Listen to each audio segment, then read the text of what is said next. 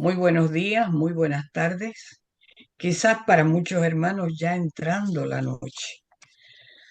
Hoy, domingo 24 de mayo del 2026, tenemos una conferencia por nuestro querido hermano Ricardo Lindemann de Brasil.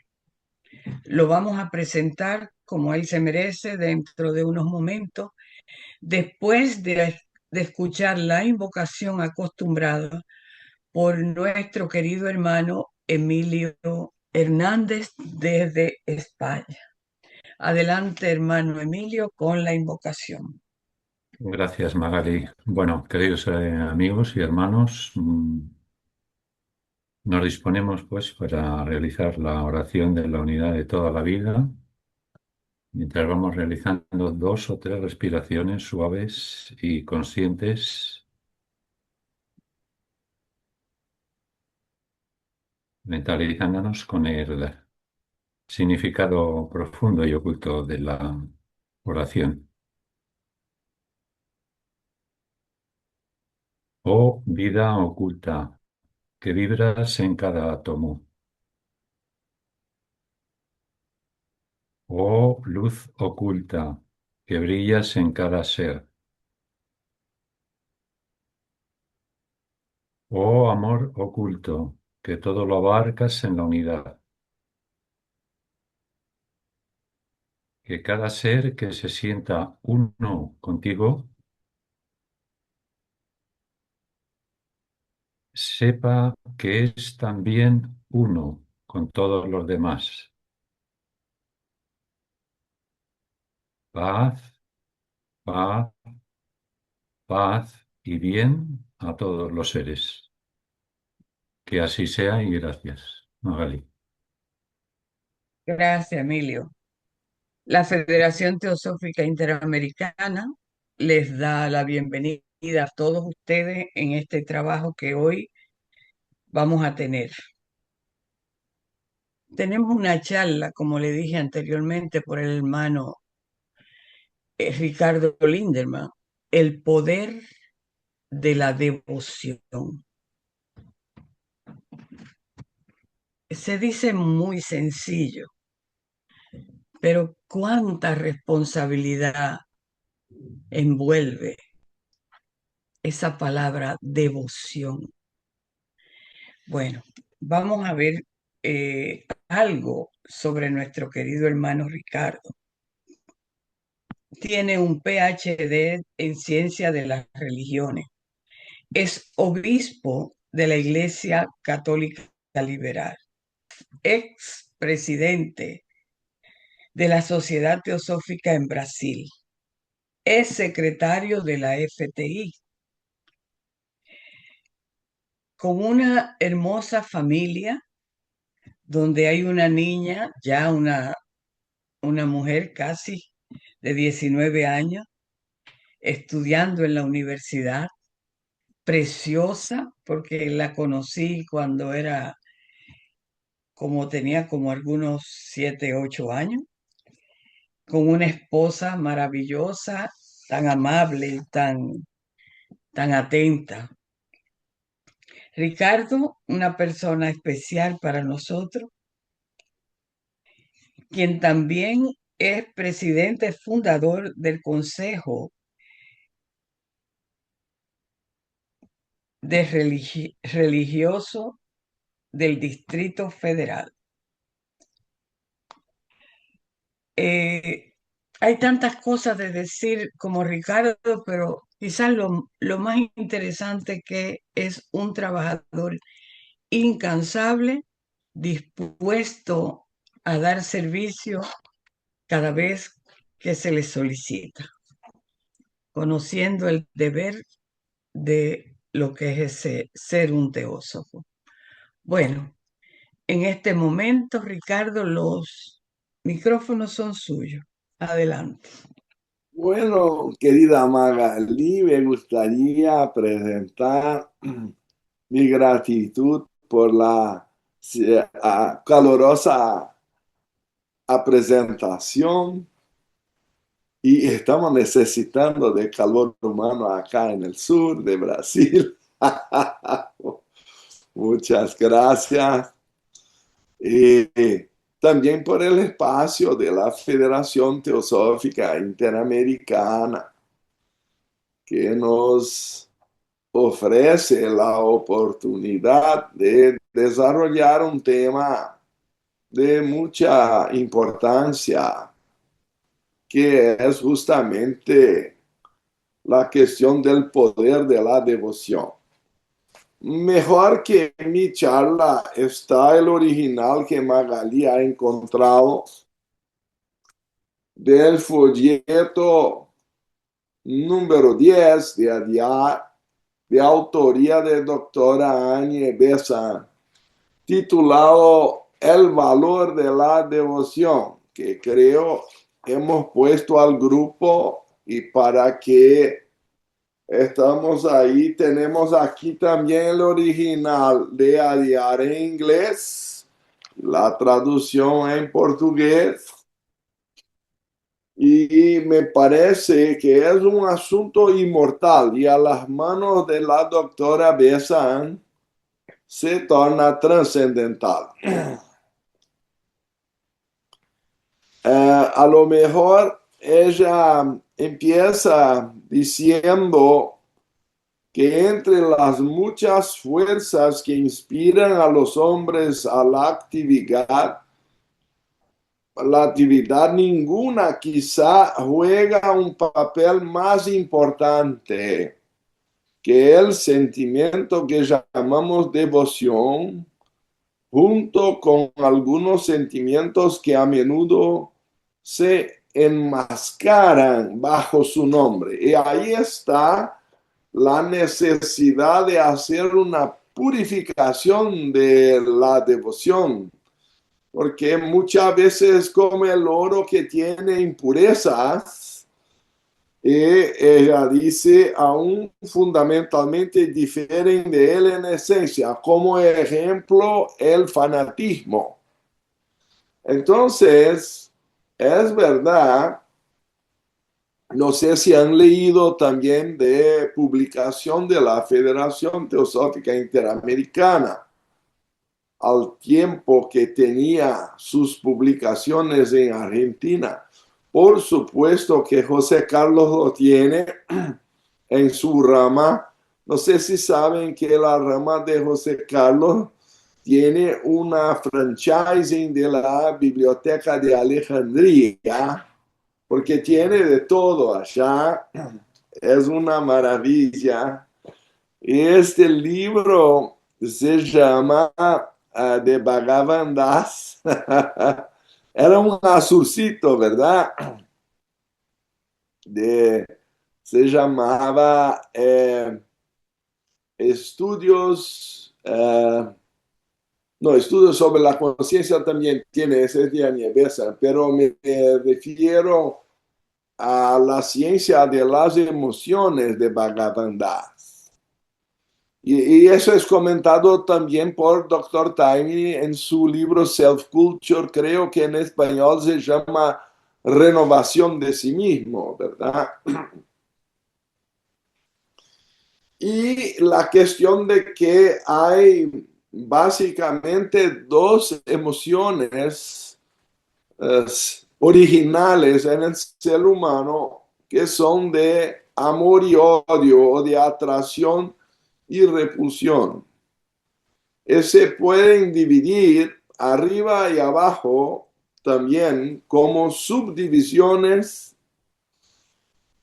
del nivel medio, que sería como igual. Entonces serían tres. El amor es más entre iguales. La compasión o benevolencia en relación a aquellos que tienen menos poder. Y eso en nuestra civilización moderna se tornó una cuestión muy delicada, porque tendremos dificultad de aceptar las diferencias humanas.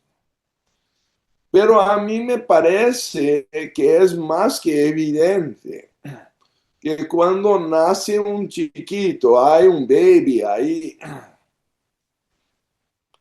es completamente dependiente de sus padres o alguien que lo sustituya, porque no llegarán a la edad madura sin el auxilio, la compasión de alguien en su fragilidad infantil.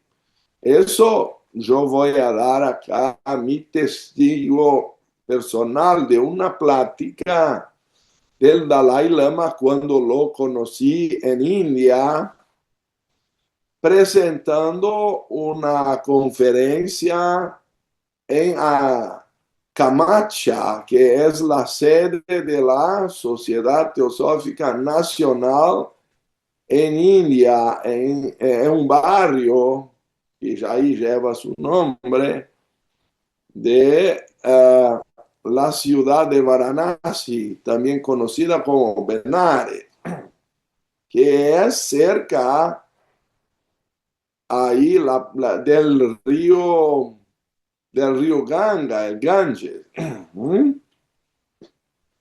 Y era el año del centenario de la muerte de la señora Blavatsky,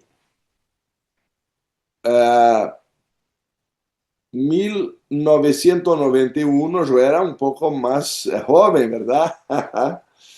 Y incluso acabé enredado en las filmajes porque había la señora doctora Radha Bunié, estaba en su esplendor de salud y vitalidad, conduciendo estas festividades del centenario, e invitó al Dalai Lama, que prontamente o con prontitud se presentó.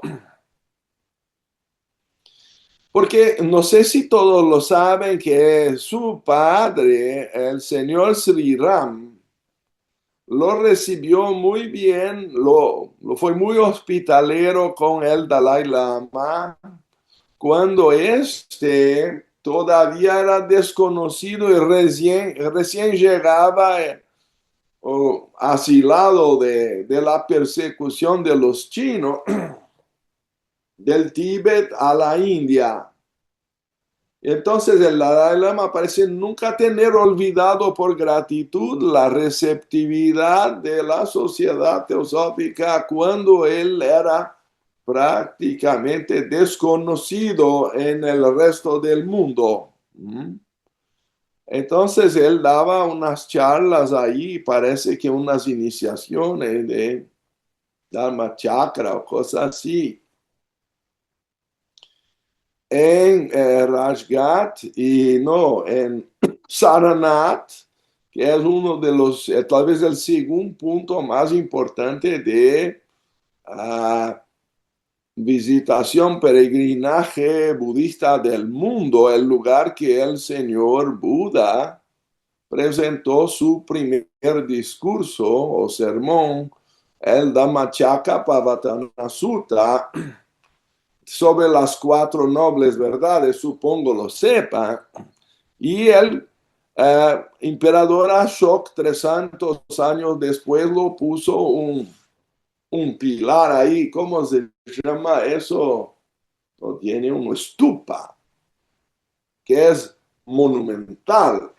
Y desde entonces se hacen aquellas peregrinajes de mantras alrededor que nunca paran de cantar los mantras. Hay un magnetismo muy fuerte. Y en Rajgat el señor Krishnamurti en su escuela miró, tal vez clarividentemente, supongo, el lugar que el señor Buda caminó para llegar allá, y mandó poner una piedra de marco de su pasaje, porque él caminó desde Bodh Gaya hasta Sarnath a pie, son 100 kilómetros por la floresta de Sipadana, para dar charla a 5 personas, sus primeros discípulos. Y yo siempre pienso, cuando tengo más que 5 personas en la audiencia, estoy en el logro del Buda, porque tengo más público que el Buda. después de caminar 100 kilómetros adentro de una floresta llena de mosquitos. Y acá estamos, acá en una situación confortable, sentados, electrónicamente conectados. Entonces, no tenemos excusa para hacer menos que el trabajo que el Buda ha hecho a 2600 años atrás, por lo menos por nuestra devoción y dedicación, disponibilidad, ya que la sabiduría del Buda no tenemos. Pero lo ofrecemos repetir y mantener viva su instrucción. Y el señor Dalai Lama aprovechó la ocasión para decir que somos todos hijos de la compasión. Porque sin la compasión por nuestra fragilidad infantil, no llegaríamos a la edad o la madurez. Llevamos como un año para aprender a caminar y de gatinas tal vez unos 6 meses. Y 3 meses para conseguir soportar el peso de nuestra propia cabeza. ¿Cómo es posible que una criatura llegue a este mundo tan frágil que no es capaz de levantar su propio cuerpo o su cabeza? ¿Verdad? No sé si ya olvidamos de nuestra fragilidad infantil y si no vamos a morir antes, vamos a conocer la fragilidad de la vejez avanzada.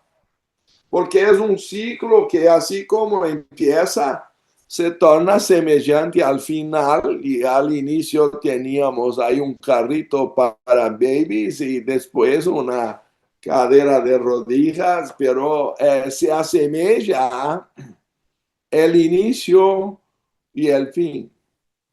Y tenemos ahí la perspectiva de la realidad de la vida humana y de la más determinante de las funciones que sería la compasión, la benevolencia, que yo digo e insisto, se mira a los frágiles, a los menos poderosos. Pero cuando la emoción de atracción se mira arriba o a los más poderosos, entonces llamamos de devoción, de admiración, de autoentrega a Dios. Entonces son los 3 niveles del amor, abajo, por igual y arriba. Por lo tanto, la devoción inspira al máximo porque se dirige a lo superior. No hay emoción más fuerte posible y más saludable que la devoción. Eso que estamos intentando demostrar aquí intuitivamente al principio.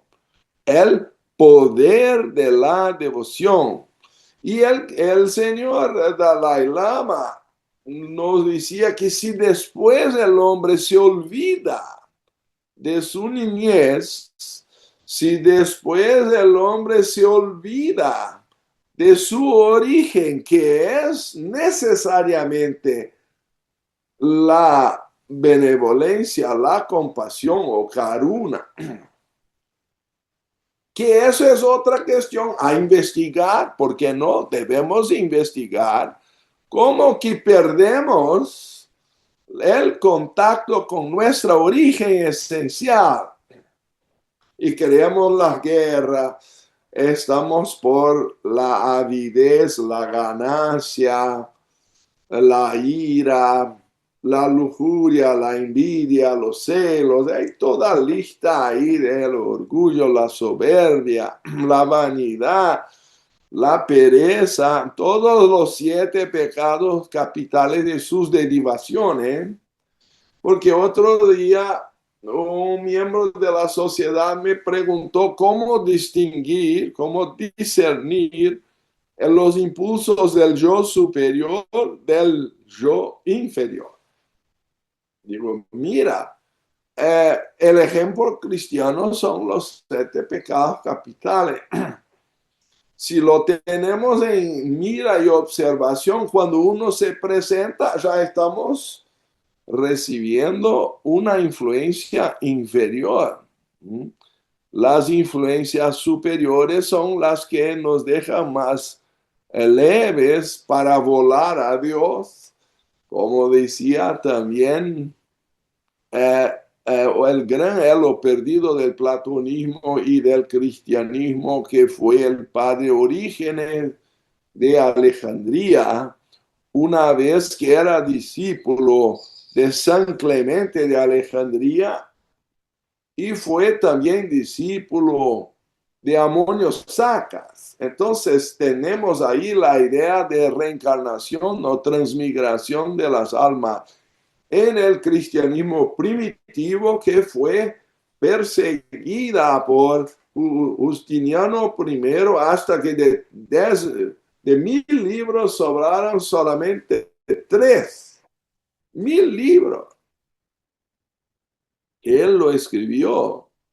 Y solamente 3 sobrevivieron a la persecución, y aún así deformados y muy amputados de la parte, por lo menos en latín, el de Principis, como Rufinus de Aquilea, que es el traductor del original griego, el Periarcón, lo menciona en el prefacio, que lo ha hecho una purificación del texto y sacó las heresías que había allí, que un santo como Padre Origen no podría tener escrito. Entonces sacó todo de la reencarnación. Es una vergüenza increíble,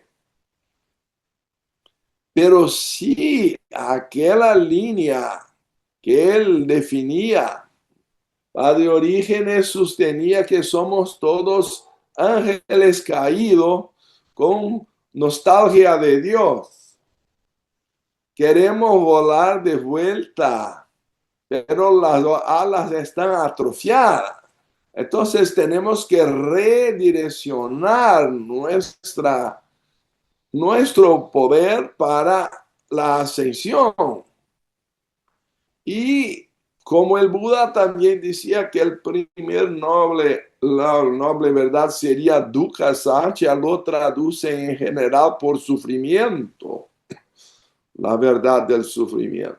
Pero la traducción más contemporánea tiene sido insatisfacción, porque en inglés se dice insatisfactoriness, que sería la calidad de lo insatisfactorio, como aplicable al mundo en que estamos, como la marca de la condición humana. ¿Por qué? Porque queremos volar a Dios y no sabemos cómo ni por qué. Queremos recobrar nuestra origen divina y no sabemos por dónde empezar. Y por eso la doctora Bessa nos llama la atención de este artículo magnífico, que hay una tendencia a mezclarse con impurezas esta poderosa inclinación a la devoción, y agregamos con mucha frecuencia un elemento de repulsión, que sería entonces el fanatismo. El fanatismo es muy semejante a la devoción, pero tiene elementos que no son de amor, sino de la otra polaridad opuesta, que es el odio, la persecución, el menosprecio, la humillación y también miedo, cuando hay una aproximación de un Dios que es concebido como cruel, como destructivo. ¿Cómo se puede comprender que la devoción, que es la característica del cristianismo, fue a lo largo de 2000 años contaminada por la idea de un infierno eterno o de la damnación después de la muerte? Me pregunto cómo es posible que los cristianos más capaces de razonar, que tienen la mente más desarrollada, no perciben la contradicción de una religión que está basada en el amor, que está basada en el perdón, en la misericordia, y cómo que Dios, que sería la manifestación suprema de todo eso como su origen, podría querer enviar sus hijos a una damnación eterna en los infiernos. Eso es un agregado contaminador, es una impureza que se agregó muy lamentablemente a la tradición cristiana para controlar por el miedo a los devotos y crear un sistema político. Yo no voy a ingresar en eso, porque a donde está la mano humana aparecen otros intereses. Y por eso creo ahora incluso la religión cristiana sufre mucha resistencia en muchos lugares por consecuencia de esta confusión entre la devoción y el fanatismo que creó la Santa Inquisición, persecuciones, las cruzadas y otras guerras en nombre de Dios, que por supuesto tenemos que purificar el cristianismo de todo eso. Y así que a los pies del maestro, supongo lo sepan, que yo he mencionado mi gratitud. He recibido un pequeño ejemplar de a los pies del maestro a 30 de mayo de 1991, llegada que estaba en Santiago de Chile. Tiene acá incluso firmas de Dolores Gago de Uruguay, de Perla Ramírez y Mercedes Ruiz, y algunos que son muy esotéricos en su firma, no consigo, Patricia Ramírez. Algunos son tan esotéricos que uno no consigue leer su firma. Está bien, pero es un regalo. Y a la parte del amor, me encanta este libro de Krishnamurti. Él dice sobre la superstición, que otra impureza correlacionada al fanatismo, es otro mal poderoso que ha causado grandes y terribles crueldades. Las personas esclavas de ella menosprecian a los que saben más y tratan de obligarles a hacer lo que ellas hacen. Pensad en la horrorosa matanza producida por la superstición de sacrificar a los animales, y por todavía más terrible prejuicio que el hombre necesita de alimentarse de carnes. Pensad en el trato que la superstición ha dado motivo con respecto a las clases oprimidas en nuestra amada India, y ve cómo esta mala cualidad puede engendrar una desapiadada crueldad aún entre los que conocen el deber de la fraternidad. Los hombres han cometido muchos crímenes en nombre del Dios del amor, movidos por esta pesadilla de la superstición. Cuidad mucho de que no quede en vosotros ni el más ligero vestigio de ella. Entonces, cuando accionamos la devoción conjuntamente con impurezas de fanatismo, el resultado es dudoso porque una parte nos lleva, pero otra puede crear crímenes y a lo peor poner estos crímenes en nombre de Dios. ¿Cómo se puede mirar estos museos de instrumentos de tortura de la Santa Inquisición, en la cual creo, así lo dicen, que fue Añevesa en una encarnación anterior, Giordano Bruno, y lo hablan solo del día que se fue a la muerte por el fuego, pero ese fue el día mejor de sus últimos 7 años, porque pasó 7 años en prisión y tortura. Entonces, morir fue la mejor parte. Uno no imagina, se habla mucho del Cristo que fue torturado por un día y después se fue a la crucificación, pero ¿y por 7 años cómo se queda uno?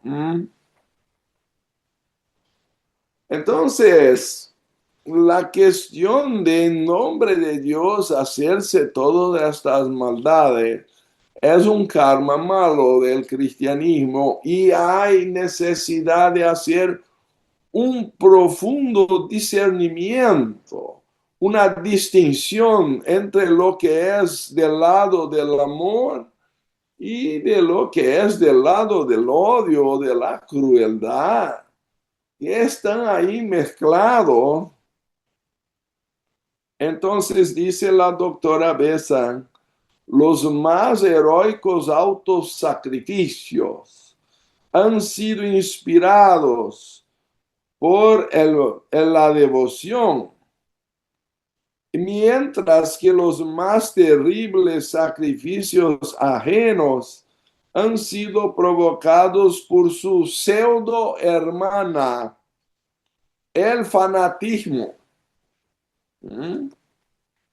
Entonces es una palanca tan poderosa para llevar a un hombre como lo es el otro para su degradación.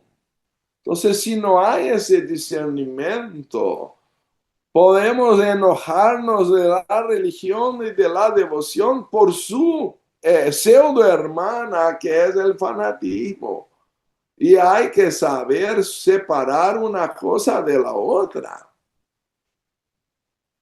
Los dos dominan a la humanidad con un poder abrumador y en algunas de sus manifestaciones muestran un parecido ilusorio, una semejanza, pero ilusoria. Pero el uno tiene sus raíces en el conocimiento y el otro en la ignorancia. ¡Qué maravilla, doctora Añevesa! Porque el Buda lo decía que la ignorancia es la causa del mal. Y lo mismo decía Shankaracharya, Sri Krishna en la Bhagavad Gita. Y yo creo, y tengo acá mencionado también Platón en su diálogo Protágoras. Y supongo también el Cristo al decir en Juan 8:32, conoceréis la verdad y la verdad vos hará libres o vos libertará. Lo que quiere decir en una paráfrasis invertida, supongo, que la carencia del conocimiento de la verdad produce la esclavitud a la materia, a las pasiones, a los sufrimientos humanos. Entonces, si el Cristo no utiliza la palabra ignorancia, la utiliza a su remedio, que es el conocimiento de la verdad. Y creo que dice la misma cosa que los otros santos y sabios de la antigüedad, aunque por el lado positivo. Conoceréis la verdad y la verdad vos libertará o los hará libres. Eso quiere decir que la devoción está en el lado del conocimiento, pero que el fanatismo está en el lado de la ignorancia. Y si no somos buenos garimperos, se dice garimperos en español, los que procuran el oro, en portugués se llama garimpo. Ahí con una bandeja o cosa parecida, que encuentran las piedras de oro, pero después hay que purificarlo porque en condición natural está mezclado con impureza, ¿verdad? Entonces, este trabajo de purificación del oro, de la devoción, como está magnífico en el Museo de Oro de Lima, en Perú, que supongo todos han acá visitado y si no, aún pueden pegar la tarjeta de crédito y hacer una visita. ¡Qué maravilla! Y lá no hay problema de la lluvia, como estamos acá en el sur, entonces en un segundo momento y aún pueden ir al mar. Estoy acá haciendo turismo por el oro, ¿verdad? Pero por el oro purificado de la devoción. Porque si no percibimos que hay impurezas en nosotros proyectadas, entonces el fanatismo es tomado como si fuera la verdadera devoción y ahí estamos perdiendo lo esencial, en la capacidad de fusión con Dios, la capacidad de reencontrar en nuestro corazón la verdad. Decía Sócrates que la verdad no está afuera, sino dentro de nosotros. La necesidad de tener un intermediario, eso se agregó después por esta idea también cuestionable de la salvación vicaria y todos los problemas de control de la política de la iglesia, en decir que solo en control del clero estaba la verdad. Y al contrario, el Buda, el Krishna, todos los grandes seres del pasado despertaban en nosotros la omnipresencia de Dios y que por lo tanto Dios ya está en nosotros, no necesita intermediar. Por supuesto que el maestro es un espejo de esta verdad que está en nosotros y es muy importante en el proceso de purificación del cual estamos hablando. No estoy diciendo que el maestro no sea importante, por favor, no me comprendan mal. Pero es el de utilidad temporaria, porque el objetivo final es encontrar a Dios en nosotros, en Atma, en Espíritu, en Neuma. Y es por eso tan poderoso, tal vez el mayor poder posible, esté en la devoción. Es necesaria, dice entonces la doctora Besa, Voy a leer la última frase. Los dos dominan la humanidad con poder abrumador. En algunos de sus manifestaciones muestran un parecido ilusorio, pero el uno, que sería la devoción, tiene sus raíces en el conocimiento y el otro, en la ignorancia, el otro es el fanatismo. Uno de los frutos del amor y el otro de las manzanas envenenadas del odio. Entonces, por eso he mencionado la necesidad de comprender las tres emociones de atracción y las tres de repulsión que menciona con tanta claridad y profundidad filosófica Bhagavan Das, que era como el brazo derecho en India, un pandit de gran conocimiento, un doctor de la tradición de las escrituras indianas. Por eso ella ha hecho con su supervisión la traducción de la Bhagavad Gita al inglés. Y yo he tenido el gran honor de presentarla en una traducción de bolsillo al portugués. Pero estamos utilizando hoy la de Kia, ¿ah? Que es de excelente calidad. Y, por ejemplo, la universalidad. Me encanta la universalidad porque tiene aquel toque teosófico.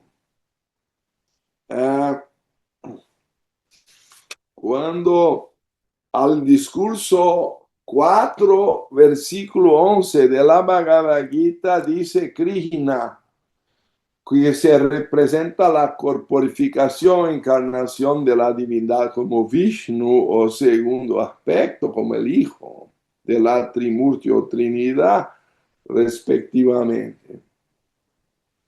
De cualquier modo que los hombres se me acerquen, les doy mi bienvenida, pues es mío, oh Partha, el sendero que por doquier toman los hombres. Es mío, oh Partha, el sendero que por doquier toman los hombres. ¡Qué universalidad maravillosa! ¡Qué amor y fraternidad universal! ¡Qué receptividad calorosa a todos que llegan de cualquier punto! Por algunos dicen, bueno, la Bhagavad Gita es un libro de hindúes. Por supuesto, tiene un origen histórico en India, pero esta frase no es excludente. Cualquiera que llegue es bienvenido. Entonces, podría citar, por supuesto, muchas otras pasajes, pero para mí esta es la superior. Y así también es la devoción. No hay como excluir a nadie porque somos todos hermanos y hijos de Dios. ¿Cómo puede el fanatismo decir nosotros vamos al cielo y los otros se van al infierno? Y aún dicen que es infierno para siempre. Eso es la negación de todo el amor divino. Y fue así que se perdió la reencarnación en el cristianismo primitivo de orígenes que lo sostenía y fue aceptado por 3 siglos. La sociedad teosófica recién llegó a 1 siglo y medio. No podemos entender que el originismo se desarrolló dentro del corazón de la iglesia y fue aceptado como una línea oficial del cristianismo por 3 siglos y después destruido, perseguido, después del concilio Constantinopla II al año 553. por tanto en el siglo VI. Eso todo es lamentable fanatismo que tomó y así sembró la Santa Inquisición, la intolerancia, el fanatismo, y se andó para atrás por 1000 años de tinieblas después que se mataran a la gran sabia en Alejandría, que era Hipatia. Según consta, por ironía, sería también una encarnación anterior de Aniebesa, que le sacaron la piel con conchas hasta la muerte, una cosa más que terrible. Y no sé si ya han asistido al film que en inglés se llama Ágora, con Raquel Weisz. En portugués lo traducieran como Alejandría, pero es una edición, creo, originaria de Italia. Y me gustaría, si tiene estómago y no después de las reflexiones, ¿no?, asistir a la vida de Hipatia, la última gran hierofante de la biblioteca, y el Serapeo, que era el lado de los misterios de Alejandría, de donde ha venido la palabra teosofía con mucho honor. Entonces, hay que tener conocimiento de que llegaba a Alejandría a un esplendor de luz mayor que su farol, y todavía regredió,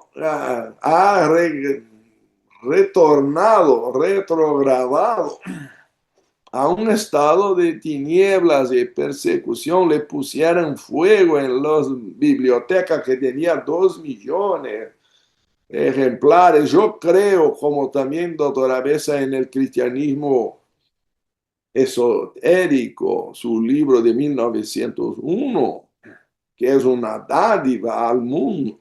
Necesario comprender que el Cristo debe tener visitado Alejandría y su biblioteca entre los 13 y los 30 años, porque hay muchas definiciones, como por ejemplo de la Virgen María, de la concepción virginal, que es la misma de Isis, que toma la forma de un falcón y sube a los cielos para recibir la concepción de su hijo Horus a partir de su esposo Osiris, que ya estaba muerto y subía a los cielos por una resurrección entre los muertos.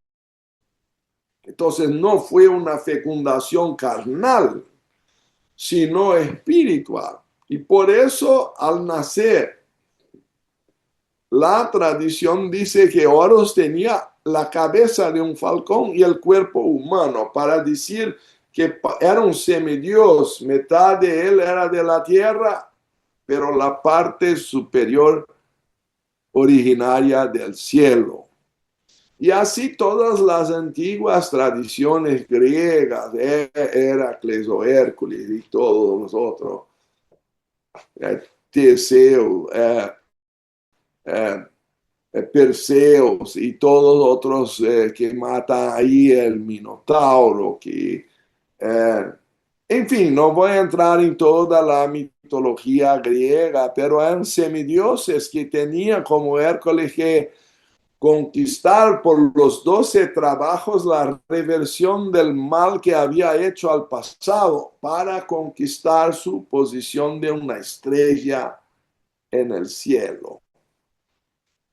Y si me es posible, no sé si voy acá a conseguir de todo proyectar. Yo creo que envié al grupo una traducción de la doctrina secreta de Kier,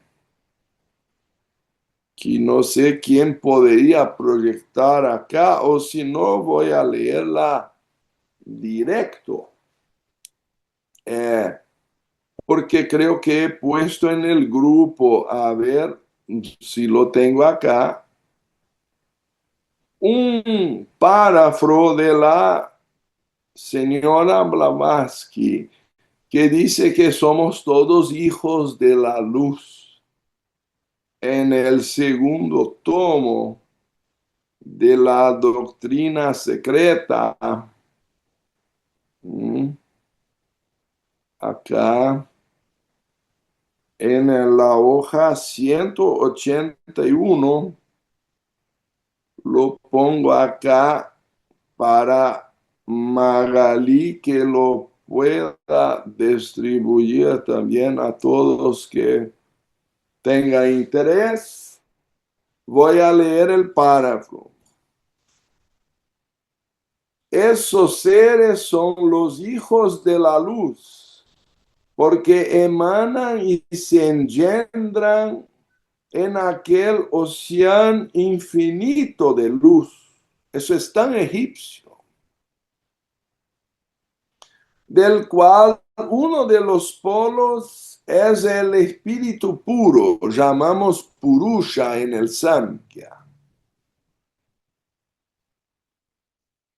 Perdido en el absoluto del no ser, y el otro polo es la materia, llamamos Prakriti en la filosofía Darshana de Samkhya, en que él se condensa cristalizando a medida que desciende en la manifestación en tipo cada vez más grosero. O quiere decir que la señora Blavatsky admitía antes de Einstein, porque la publicación fue en 1888 de la doctrina secreta. Albert Einstein estaba todavía con pantalones cortos ahí en la escuelita, tenía 9 años de edad. Aquella ecuación E igual a mc2, o sea, la velocidad de la luz al cuadrado solamente significa la constante de integración, pero las dos dimensiones son la energía y luz es la forma más sencilla de energía. Igual a la materia, son mutuamente conversibles. Entonces, la señora Blavatsky en ese párrafo está en el corazón de la devoción egipcia, que decía que todos somos luz y hijos de la luz. ¿Está bien? Ese es el corazón de aquella antigua religión de los misterios. Y porque la luz es universal y interpenetra mismo los océanos. Y ella decía un océano de luz, porque esa es la definición actual de la ciencia respecto a el universo. El universo, según la concepción moderna después de Albert Einstein, es de un océano de luz con diferentes grados de cristalización o condensación. Nuestro cuerpo no es otra cosa sino luz cristalizada. Eso es que le decía la doctrina secreta de la señora Blavatsky en 1888. Y las diferentes colores de luz del rojo hasta el violeta son 7 grados tradicionales. Se interpenetran y se resultan en la luz blanca cuando cruzan por un prisma de retorno o como la luz blanca inicial cruza un primer prisma y se presenta las 7 colores del arcoíris. Somos todos hermanos de luz, aunque pueda tener diferencia de los 7 rayos que están ahí simbolizados. las luces son capaces de se interpenetrar y se hundir en una luz mayor. Entonces son los símbolos más clásicos de la posibilidad de la fusión de las almas y del retorno a Dios, porque podemos volar más arriba de este cuerpo cristalizado por un éxtasis, por un samadhi, por una elevación, como en la mónada. Me gustaría de dar aquí mi testigo del esfuerzo que Marilú y Jimenita están haciendo para traducir con nosotros. Hacemos ahí una vez a la semana, viernes, un estudio de la mónada del Peter, y recién él decía que por la devoción un pupilo se conectó a su instructor que ya era discípulo del maestro, y así consiguió accesar, aunque temporariamente, la conciencia mayor y una elevación increíble.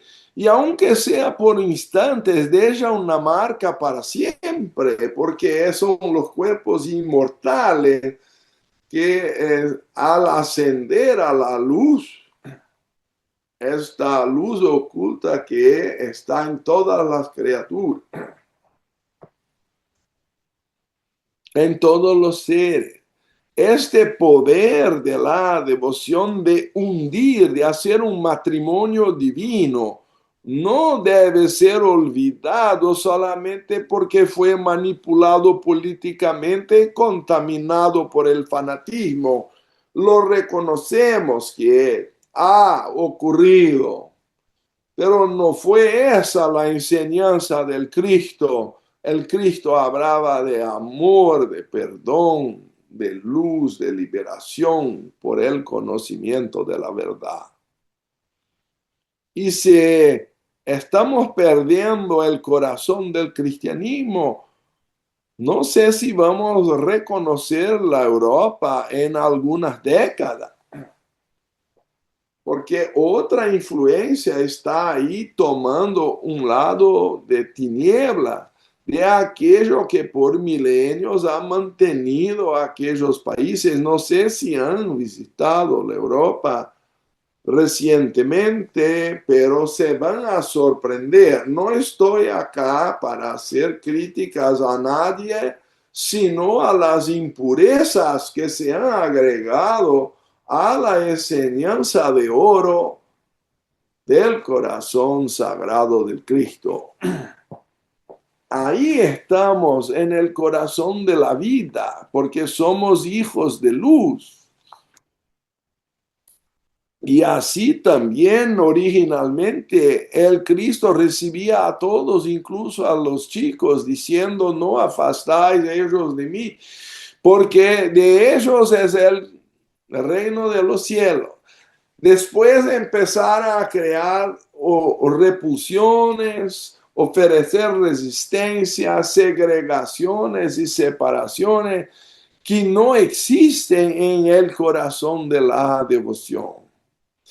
Es necesaria, dice la doctora Bessa, una clara comprensión de la naturaleza de la devoción antes de que estemos en posición de sopesar su valor y distinguirla de la falsa dureza que es el fanatismo.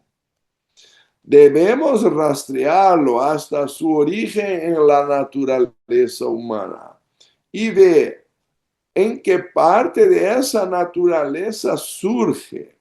Debemos saber para que podamos practicar, porque así como el conocimiento sin práctica es estéril, así la práctica sin conocimiento es desperdiciada.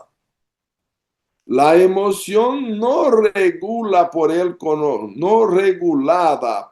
conocimiento es como un río que se desborda. se extiende en todas direcciones como una inundación devastadora, mientras que la emoción guiada por el conocimiento es como el mismo río que corre por canales designados y fertiliza la tierra a través de la cual fluye. Entonces, no debemos subestimar o subestimar la importancia de la devoción, porque es la manera más sencilla de superar la polaridad de atracción y repulsión de los cuerpos, que es el falso ego inferior. Y es el corazón del amor, la devoción, que es la única cosa que trae real felicidad al ser humano, porque sin amor la vida no tiene significado. Entonces, queridos hermanos, me gusta también una expresión del sufismo, que es el lado esotérico del islamismo, también muy tomado recientemente por esas otras fuerzas, pero que tiene una profundidad, y hago acá mi homenaje a la tradición sufi que lo dice o sugiere, que el significado de la vida es el amor, y que en el principio Dios era uno y estaba solo o solo. Entonces, Él se dividió, se fragmentó con la finalidad de que sus fragmentos pudieran se amar unos a los otros y de esa forma descubrir que son todos partes del todo. Entonces, la redescubierta de la unidad perdida, que es el corazón del amor, del cual un hombre y una mujer son solo una manifestación temporaria de una fuerza muy más poderosa, que es universal, de que une cada ser humano a Dios, que es un matrimonio no de la carne, sino del espíritu, y que nos hace volar arriba con las alas divinas de Ícaro al sol, porque somos hijos de la luz, somos estrellas como Hércules en entrenamiento para la conquista de nuestro lugar al Olimpo, al cielo, como lo hacen los maestros de sabiduría. Entonces decimos que es difícil libertarse de los apegos y de los deseos terrestres. Y la señora Blavatsky decía en el ocultismo práctico que somos vermes de la tierra, porque nuestras aspiraciones se nivelan o rastejan por el piso, pero podemos llevarnos arriba. Y así decía también a los pies del maestro sobre el poder de la devoción. Hay muchos individuos para quienes la calidad de carencia de deseos es verdaderamente difícil, porque sienten que sus deseos son ellos mismos, están identificados con atracciones de repulsión, y que si desechan sus gustos y disgustos, dejará de existir su yo. Pero esto les sucede tan solo a quienes no han visto al Maestro, a la luz de su santa presencia. Mueren todos los deseos menos el de igualarse a Él. Entonces, ahí está el poder de la devoción en la expresión sublime de estar face a face con el Maestro como espejo de la divinidad en nosotros. Muchas gracias por vuestra atención. Eso solo he leído 2 párrafos para despertar quizá vuestra atención de leer las 4 hojas. Son solo 4 hojas de oro que me gustaría dejar en el grupo. He recibido de las manos dulces de Magali la versión en español de esta preciosidad. Muchas gracias. Gracias a ti, Ricardo, por esta charla tan interesante, de esa devoción que la hemos visto en la línea de la Sociedad Teosófica, esa devoción que tuvo la señora HPB, esa confianza que tuvo ella a sus maestros para entregar su vida a ese trabajo, el cual nosotros estamos como si fuera una flor deshojando esa flor que ella nos deja en aquel momento para nosotros tener ese aprendizaje, como has dicho el artículo de la señora Besan, que es interesantísimo. Y comparto contigo a que los hermanos lo lean, lo estudien y lo hagan suyo, porque como dice la señora Elena Petrona Blavatsky, no crean lo que yo estoy diciendo. Traten de tomar esa experiencia para que puedan hablar satisfactoriamente de ello. Así es que mi gratitud a este momento que hemos vivido hoy, 24 de mayo, sobre este trabajo que ha hecho de la devoción.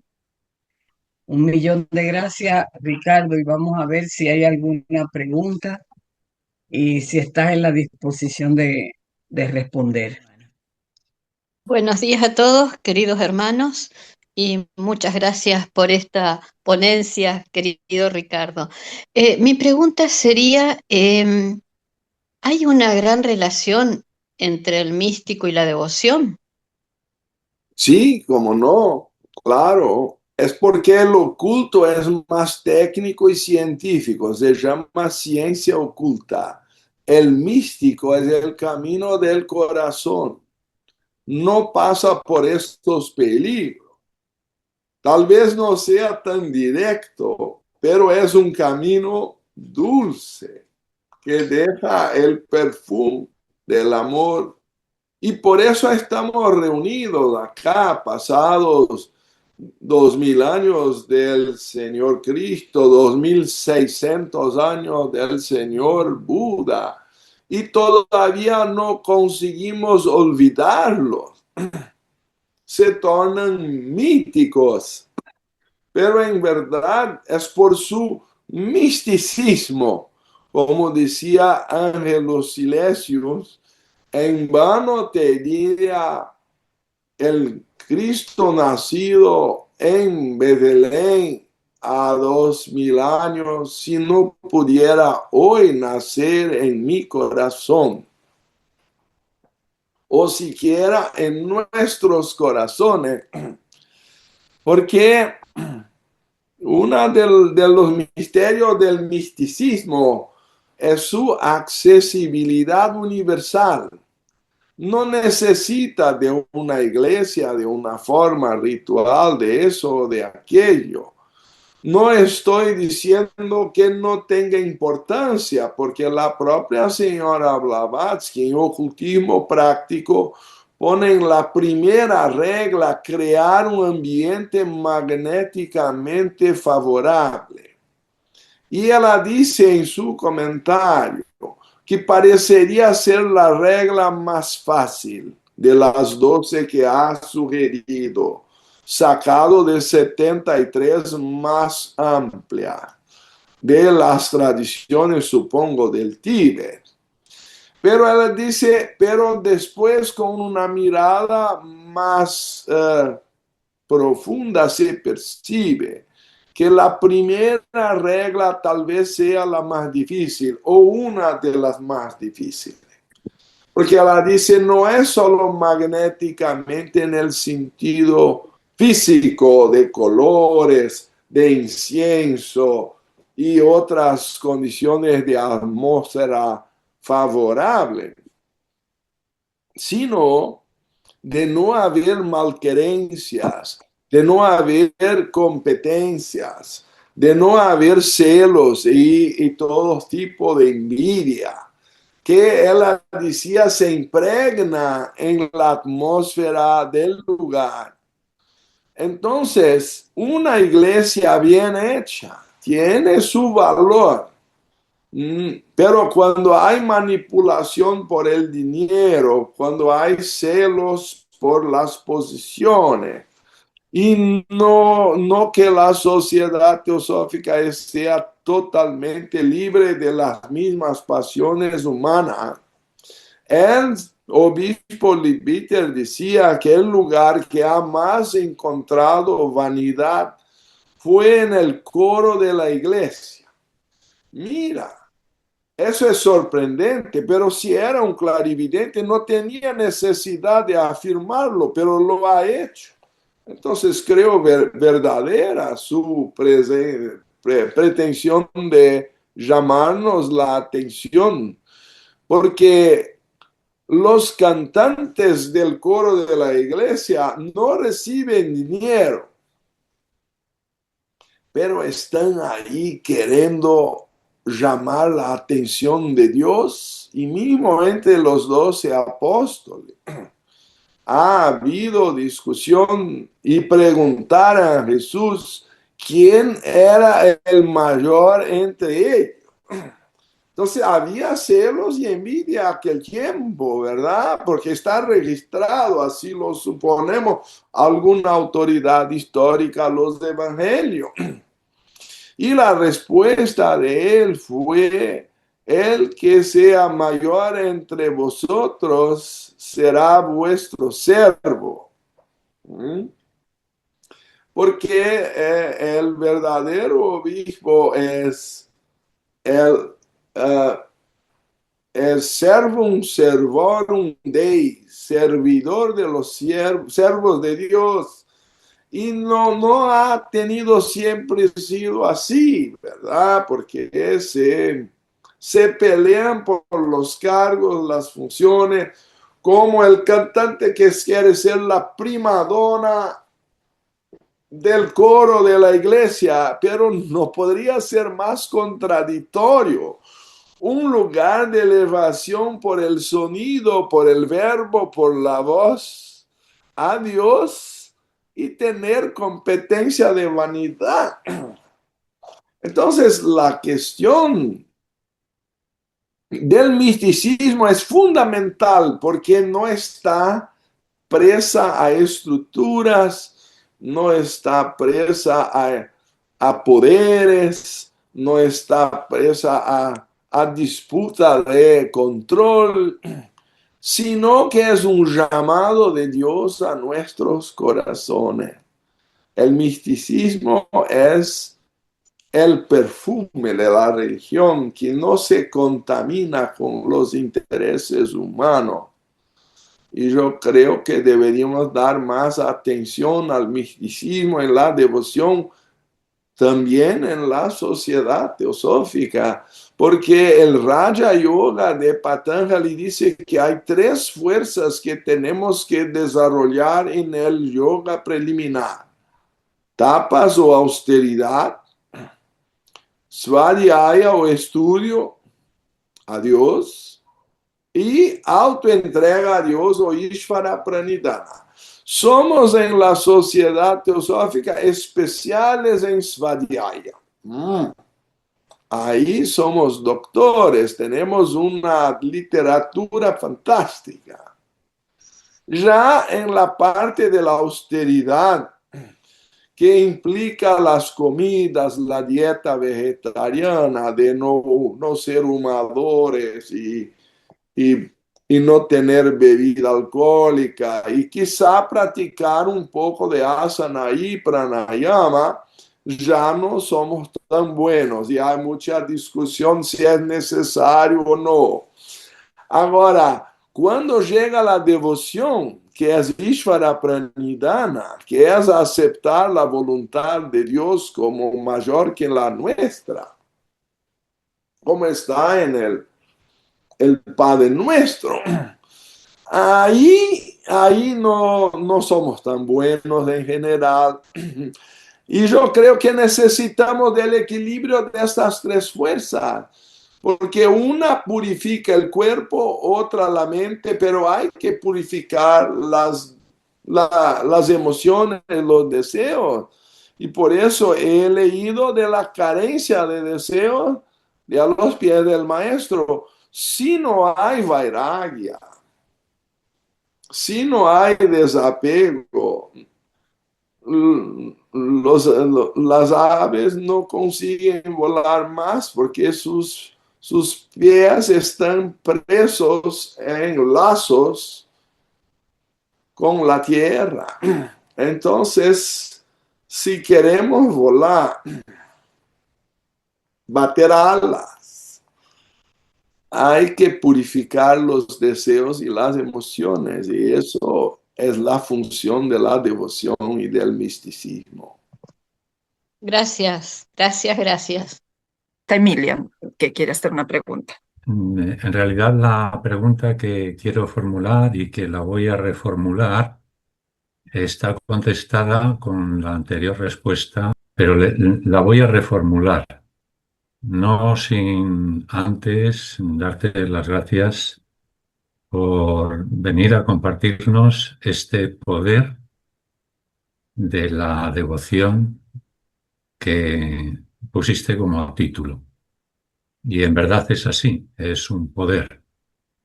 Y de alguna manera te escuchábamos atentamente y de alguna manera se reflejaba ese poder porque se percibe que de alguna manera está conectado o estás conectado con él. Y Annie Besant, a la cual se supone que le debes, que tienes una gran devoción, pues fue una maestra en ello. Bueno, dicho esto, la pregunta que reformulo es, y que ya habías contestado, en teosofía hay una idea que es la que Blavatsky planteó a los estudiantes y se nos ha transmitido, o por lo menos yo lo he percibido así, que el estudiante de teosofía es un jnana yogi o sigue el yoga del jnana o el conocimiento. Entonces la pregunta concreta es esta: ¿cómo podemos congeniar el camino de la devoción o el yoga de la devoción con este otro yoga propuesto por Blavatsky? Gracias. Gracias, Emilio. Mira, muy inteligente y oportuna tu pregunta. Si he comprendido bien la contribución de Ernest Wood, que es de cierta forma corroborada por Charles Leadbeater, también hay menciones indirectas en Los Maestros y el Sendero y otros libros así. La idea de que tenemos 7 rayos. Entonces, no todos los seres humanos tienen predominio de la misma personalidad o de las mismas necesidades con la misma intensidad. Para el occidente y aquel tiempo que había demasiado poder en la iglesia tradicional, incluso al siglo XIX, al Concilio Vaticano I se llegó al punto más difícil de los dogmas, que fue el dogma de la infalibilidad papal. Eso es una cosa muy compleja, que es la origen de la Iglesia Católica Liberal, porque debo decir con la debida reverencia, algunos obispos se enojaran de tener que aceptar el Papa como infalible. Ahí lo dice, infalible in cátedra, pero es una situación muy difícil cristificar a un obispo. Un obispo es un servidor, pero si lo tomamos la situación de la Europa en el siglo XIX y la intención de la señora Madame Blavatsky en quebrar aquellos grilletes y condicionamientos que había, ella ha ingresado por el camino de la ciencia. La doctrina secreta se presenta como un resumen de religión, filosofía y ciencia, como nuestro segundo objetivo de la sociedad. Y esta obra es histórica y cambia todo el esoterismo del occidente para siempre. Pero verdad que él tienta recuperar por el camino de Jnana, que es el tercer rayo, lo que el occidente lo aceptaba más por el quinto rayo, que es de la ciencia. Pero hay una comunicación, supongo lo sepan, por afinidad mental entre el tercer rayo y el quinto. Otra cosa es la devoción, que es el sexto rayo, o mismo los rituales, que es el séptimo rayo. También importante el arte en el cuarto rayo, que lo defendía mucho el hermano Jinayadasa. Y el segundo rayo, que es el filosófico amoroso, lo aceptamos como relacionado a uno de los maestros fundadores, que sería el gran hermano mayor Kutumi. Pero el primer rayo es el Raja Yoga.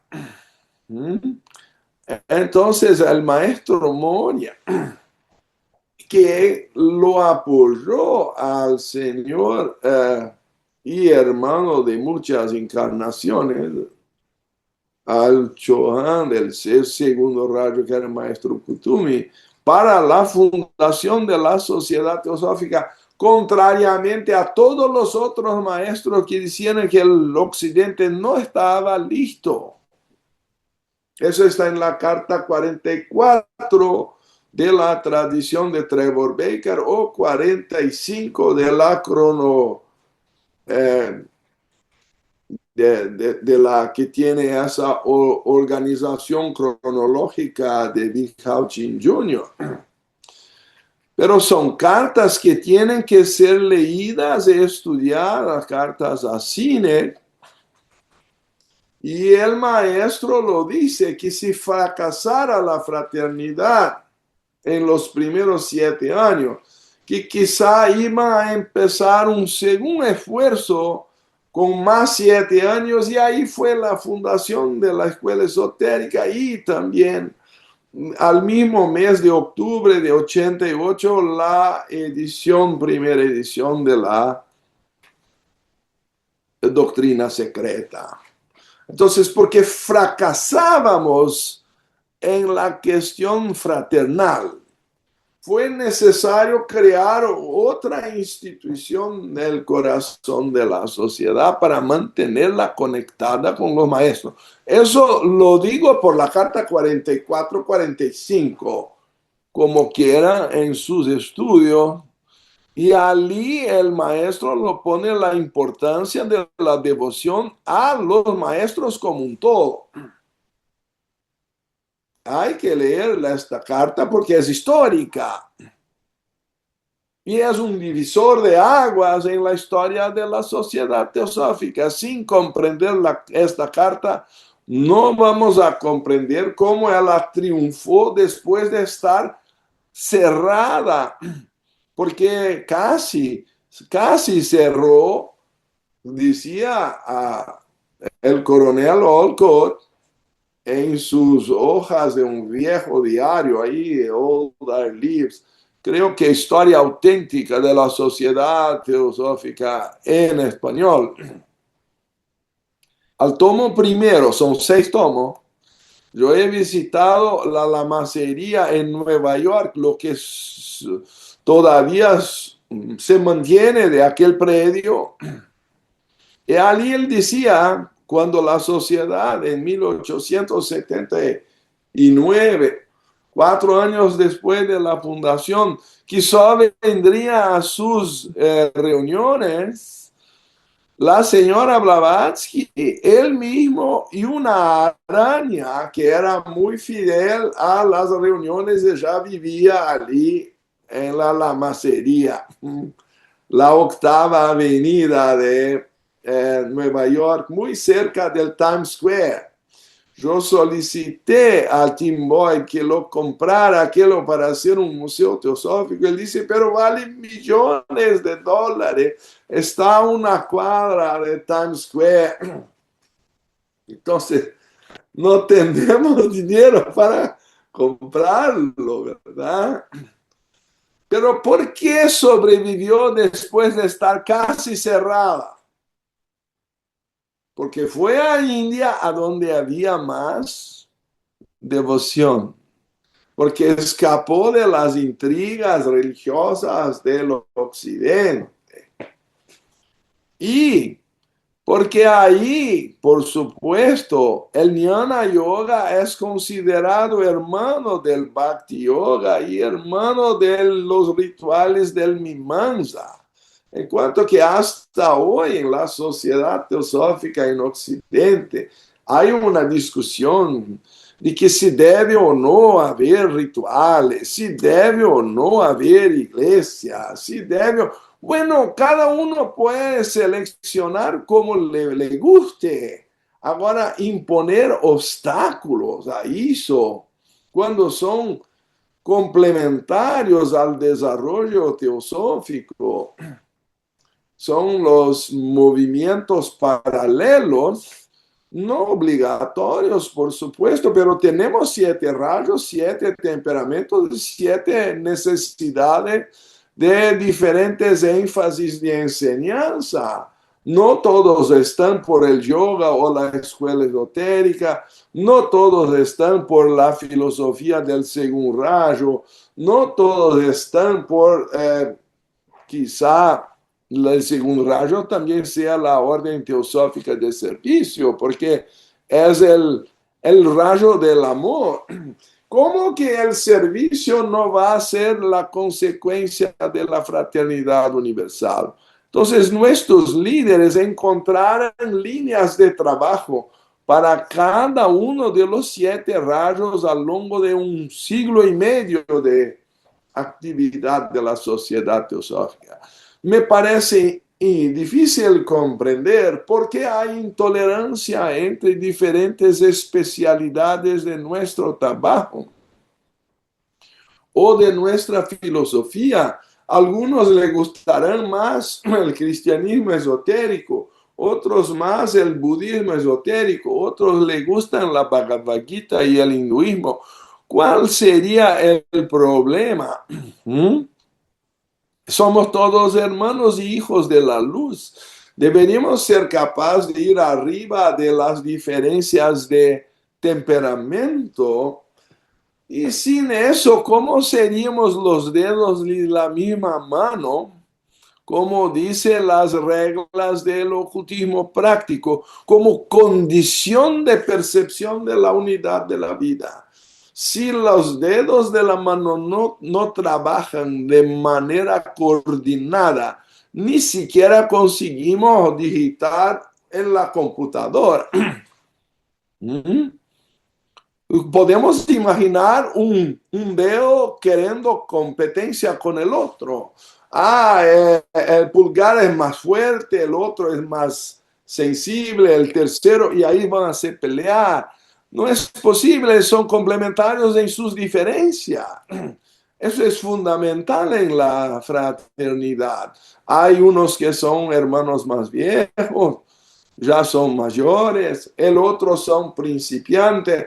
Todos son bienvenidos. También las diferentes filosofías y escuelas, religiones. Por eso se estudia religión comparada con filosofía y ciencia. Yo decía poco a mi esposa, el problema del cristianismo empezó cuando se confrontó con Darwin.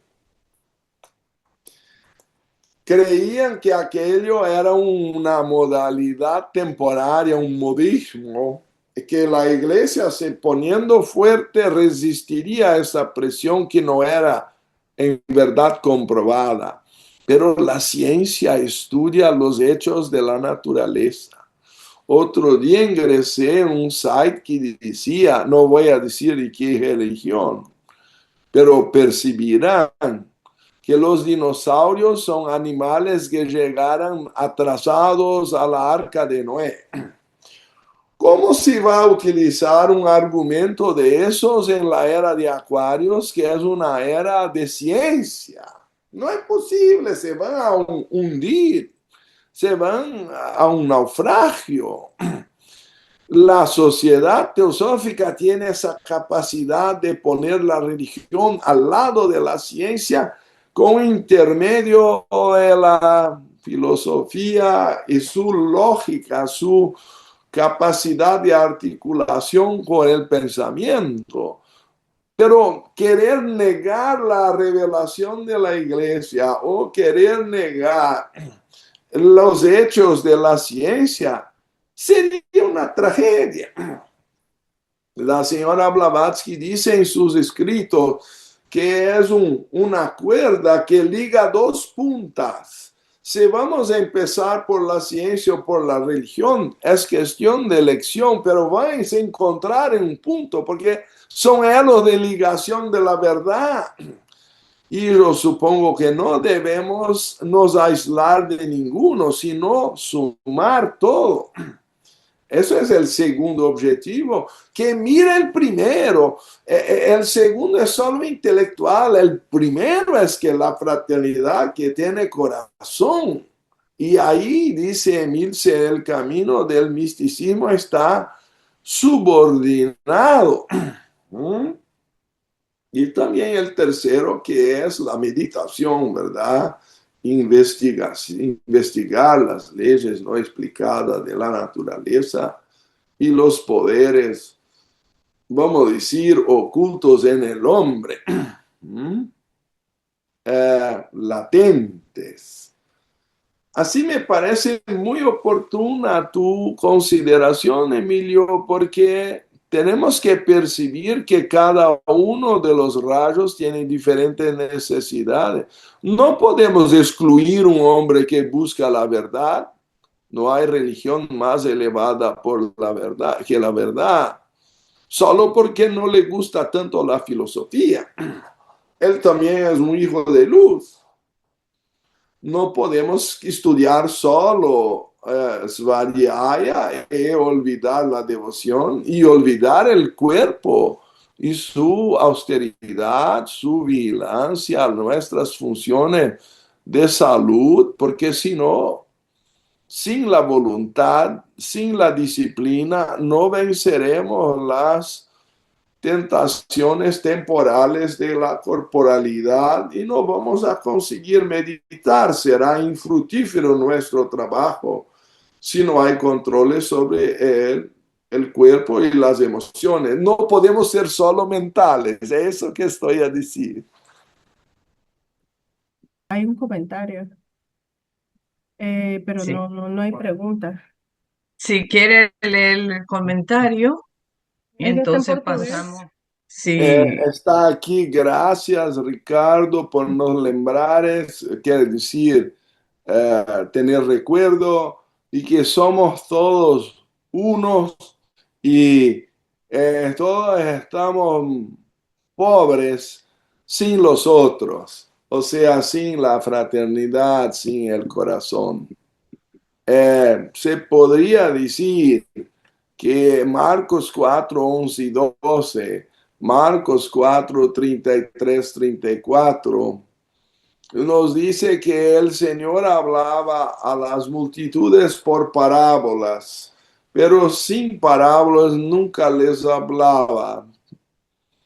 O por otro lado, todo enseñaba a los discípulos. Ahí ese todo era la enseñanza esotérica. Entonces creo que hay necesidad en nuestro trabajo de encontrar el lado esotérico de todas las religiones.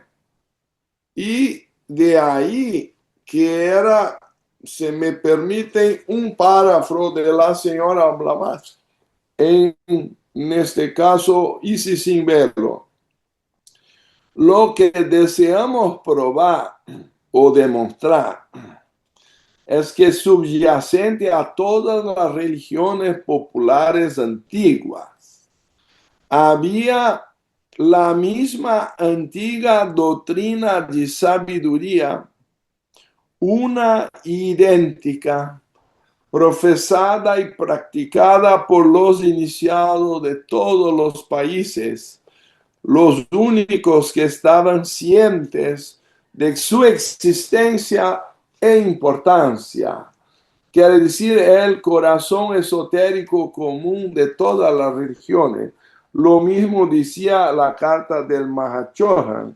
Las doctrinas fundamentales de todas las religiones se comprobarán idénticas en su significado esotérico, una vez que sean liberadas del peso muerto de interpretaciones dogmáticas, nombres personales, concepciones antropomórficas y sacerdotes asalariados. Entonces, sí podemos percibir que nuestros jefes, nuestros líderes, esperaban por una unidad esotérica de todos los caminos para la divinidad, para la liberación del ser humano del sufrimiento. Así creo, la devoción tiene su importancia. Y así concluyo que el texto de la señora Besa es mejor que mi charla y por eso los invito a leerlo con atención. Muchísimas gracias. gracias Ricardo. Creo que hay una solita pregunta y con eso terminamos. Magali, soy Si Vilma, quieren, muchas gracias. Gracias, hermano Ricardo, muchísimas gracias. Escuché también su charla el sábado, la semana anterior, y fue realmente maravillosa. Quiero, aparte de darle gracias a usted por una presentación tan linda, agradecer esa actitud que tiene, bueno, tan linda, ese amor que tiene tan abierto de donar más su tiempo para el intercambio después de la presentación. Siempre encuentro que este intercambio me llena, en lo personal, me llena de muchísima luz. Entonces, esto me hace agradecer a los hermanos que participan preguntando porque me reconozco, me escucho, me siento en esas, mi alma siente las preguntas y todos somos uno.